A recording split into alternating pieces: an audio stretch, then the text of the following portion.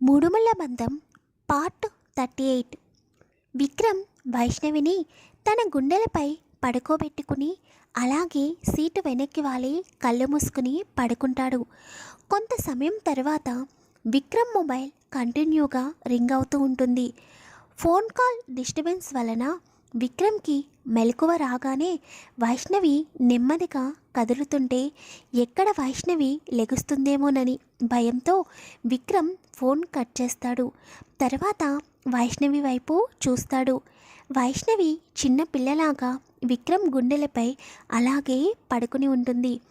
విక్రమ్ పెదవులు విచ్చుకోగా వైష్ణవి నుదిటిపైన ముద్దు పెట్టుకుని, నువ్వు ఎప్పటికీ కూడా ఈ విక్రమ్ సొంతమే, ఎంత క్యూట్గా పడుకున్నావే రాక్షసి, టెంపుల్లో చాలా భయపెట్టేశావు, అంతలా ఏడుస్తుంటే నీకేమన్నా జరుగుతుందేమోనని చాలా భయపడిపోయాను, కానీ నువ్వు ఎవరి గురించి భయపడుతున్నావో నాకు తెలియదు, కానీ ఆ వ్యక్తిని మాత్రం ఎప్పటికీ కూడా నీ నీడను కూడా టచ్ చేయనివ్వను, నిన్ను కంటికి రెప్పలా కాపాడుకుంటూ ఉంటాను అని నిద్దట్లో ఉన్న వైష్ణవితో మాట్లాడుతూ ఉంటాడు విక్రమ్.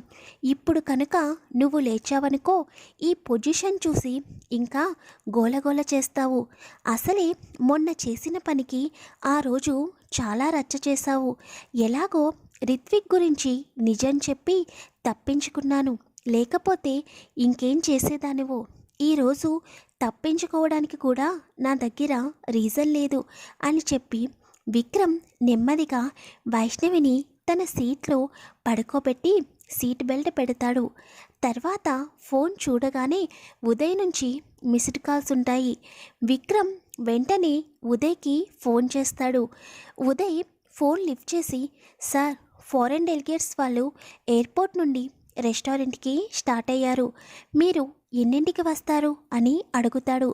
దానికి విక్రమ్, మేము వచ్చేసరికి 1 అవర్ పడుతుంది, వాళ్ళు వస్తే కనుక ఎటువంటి ప్రాబ్లం లేకుండా ముందు బ్రేక్ఫాస్ట్ అరేంజ్ చెయ్యి, ఇంతలో మేము కూడా రెస్టారెంట్కి రీచ్ అవుతాము అని చెప్పి విక్రమ్ ఫోన్ కట్ చేస్తాడు. తర్వాత వైష్ణవి వైపు చూసి, అసలు నేను వర్క్లో చాలా స్ట్రిక్ట్గా ఉంటాను, కానీ ఈరోజు ఫారెన్ డెలిగేట్స్తో మీటింగ్ ఉందన్న విషయమే మర్చిపోయాను, నన్ను చాలా మార్చేసావు రాక్షసి, నువ్వు నా లైఫ్లోకి వచ్చిన తర్వాత నీ మీద తప్ప నాకు వేరే దాని మీద ధ్యాస రావడం లేదు, అసలు ఇంతలా ఎప్పుడు నాలో చేరిపోయావు రాక్షసి అని వైష్ణవి వైపు చూసి నవ్వుతూ కార్ స్టార్ట్ చేస్తాడు విక్రమ్. విక్రమ్ ఫారెన్ డెలిగేట్స్ కోసం సిటీ అవుట్కట్స్లో ఉన్న రెస్టారెంట్లో సూట్ రూమ్ బుక్ చేస్తాడు. అలాగే వైష్ణవికి, విక్రమ్కి మరియు ఉదయ్కి ముగ్గురికి కలిసి మరొక సూట్ రూమ్ బుక్ చేస్తాడు. సిటీ అవుట్కట్స్లో పెద్ద రెస్టారెంట్ ఉంటుంది. రాజకీయానికి సంబంధించినదైనా బిజినెస్కి సంబంధించినదైనా ఎవరైనా అక్కడే తమ మీటింగ్స్ని అరేంజ్ చేసుకుంటూ ఉంటారు. ఎందుకంటే దానికి 2 కారణాలు ఉన్నాయి. ఒకటి, సిటీ అవుట్కట్స్లో ఉన్న రెస్టారెంట్ దగ్గరలోని ఎయిర్పోర్ట్ ఉండడం ఒక కారణమైతే, అక్కడున్న రెస్టారెంట్ యొక్క వాతావరణం అనేది మీటింగ్ జరిగే వాళ్ళకి ఎటువంటి డిస్టర్బెన్స్ లేకుండా ఉండడం రెండవ కారణం. కాబట్టి విక్రమ్ కూడా సిటీ అవుట్కట్స్లో ఉన్న రెస్టారెంట్లోనే ఫారెన్ డెలిగేట్స్ కొరకు మీటింగ్ అరేంజ్ చేయమని చెబుతాడు. మీటింగ్ అరేంజ్మెంట్స్ కొరకు మార్నింగ్ ఉదయ్ని రెస్టారెంట్కి ముందుగానే పంపించేస్తాడు. తర్వాత విక్రమ్ మరియు వైషు కలిసి 1 అవర్లో రెస్టారెంట్కి చేరుకుంటారు. విక్రమ్ కార్ని పార్కింగ్ ప్లేస్లోకి తీసుకుని వెళ్ళి వైష్ణవిని లేపుతాడు. వైష్ణవి నెమ్మదిగా కళ్ళు తెరిచి పక్కకి చూసేసరికి విక్రమ్ నవ్వుతూ తనని చూస్తూ ఉంటాడు. వైష్ణవి కూడా స్మైల్ ఇచ్చి, మనం ఎక్కడున్నాం సార్ అని నిద్రమత్తులో అడుగుతుంది.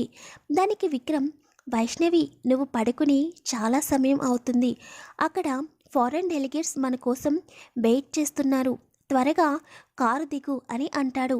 దెబ్బకి వైష్ణవికి నిద్రమత్తిపోయి, సార్, మనం సిటీ అవుట్కట్స్లో ఉన్న రెస్టారెంట్కి వచ్చేసామా అని కంగారుగా అడుగుతుంది.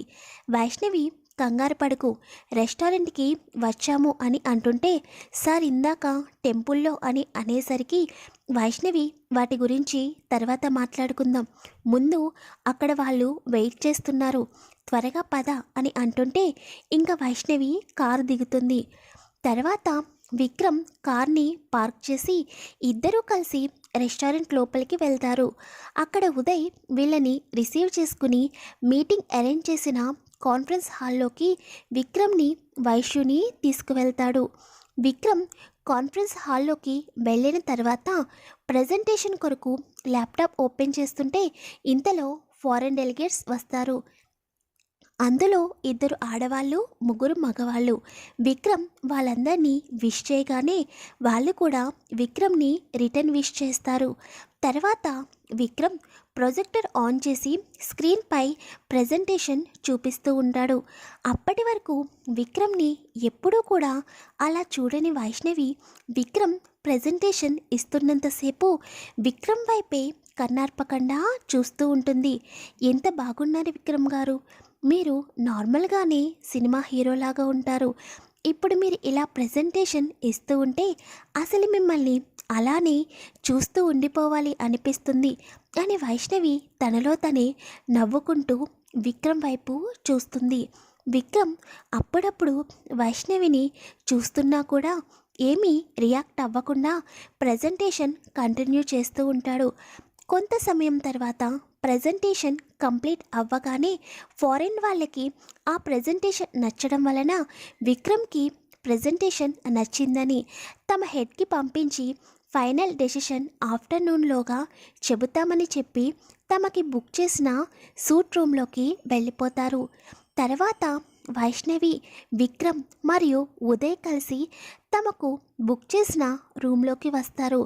విక్రమ్ వైష్ణవిని కొంచెం సేపు రెస్ట్ తీసుకోమని చెప్పి ఉదయ్ మరియు విక్రమ్ కలిసి అదే సూట్ రూమ్లో ఉన్న వర్కింగ్ రూమ్లోకి వెళ్ళి ప్రజెంటేషన్కి సంబంధించిన మెటీరియల్ ప్రిపేర్ చేస్తూ ఉంటారు.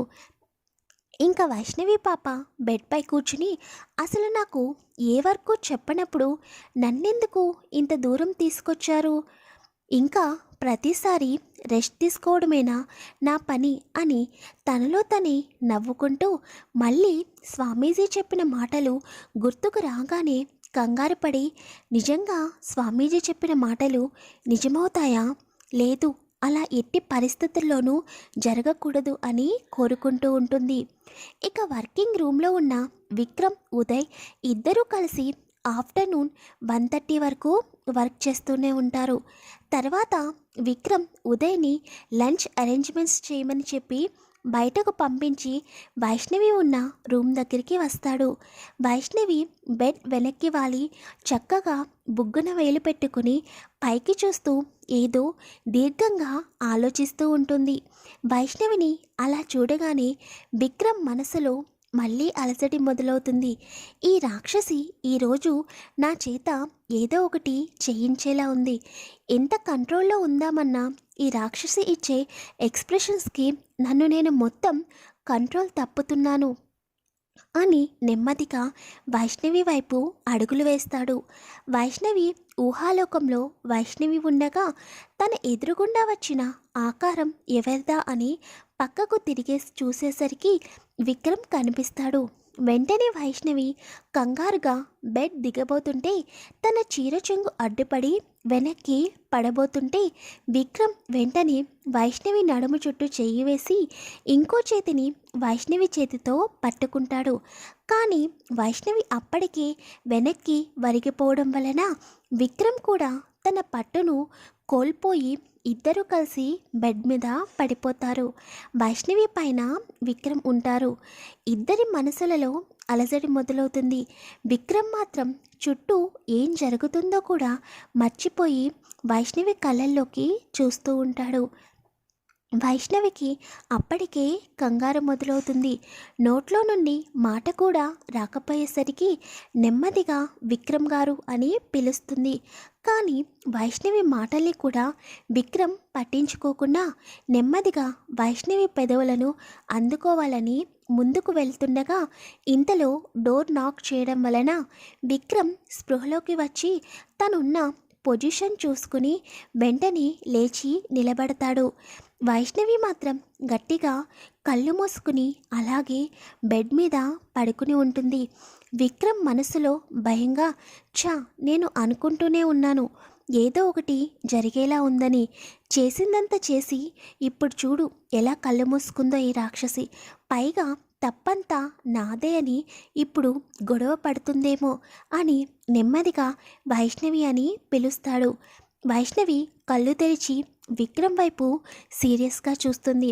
ఇంకా విక్రమ్ మనసులో అయిపోయింది, ఇప్పుడు ఈ రాక్షసి మళ్ళీ మొదలు పెడుతుందిగా అని చెప్పి డోర్ నాక్ అవ్వడం వలన త్వరగా వెళ్ళి డోర్ ఓపెన్ చేస్తాడు. మరి వైష్ణవి విక్రమ్తో గొడవ పడుతుందా లేదా విక్రమ్ అనుకుంటున్నట్టుగా ఏదైనా జరుగుతుందా అనేది నెక్స్ట్ ఎపిసోడ్లో తెలుసుకుందాం. కామెంట్ ఇస్తున్న ప్రతి ఒక్కరికి చాలా చాలా థ్యాంక్ యూ. అండ్ స్టోరీ ఎలా ఉందో ప్లీజ్ కామెంట్ చేయండి, వీడియోని లైక్ చేయండి, షేర్ చేయండి, ఛానల్ని సబ్స్క్రైబ్ చేసుకోండి.